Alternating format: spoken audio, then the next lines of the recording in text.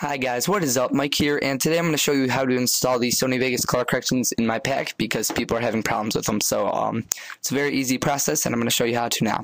So here's my pack, and here's the Sony Vegas folder. We're just going to open any of these, and you're going to double click on any one of them, and it's going to load up my Vegas. So here we are. I might have loaded that twice on accident. Now it's going to tell you that you're missing files. What do you want to do? Ignore all missing files and leave them offline. Now it's going to give you a media offline, so there's nothing here. And you're going to be saying what is happening.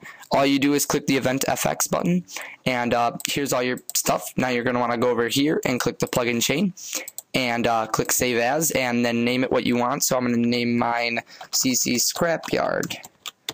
Pardon the mic, I'm holding it right now. Press OK, and there you go. That's basically it, guys. Now when you want to load it up, you're going to open your clip. I'm going to open mine from my editing clips folder. And I don't, here I've got actually 3 pieces of scrapyard, courtesy of my friend Farmo.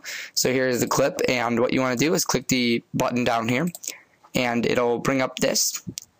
And then you want to click what you named it. So I named mine CC Scrapyard. Double click it, press OK. And now you've got your color correction.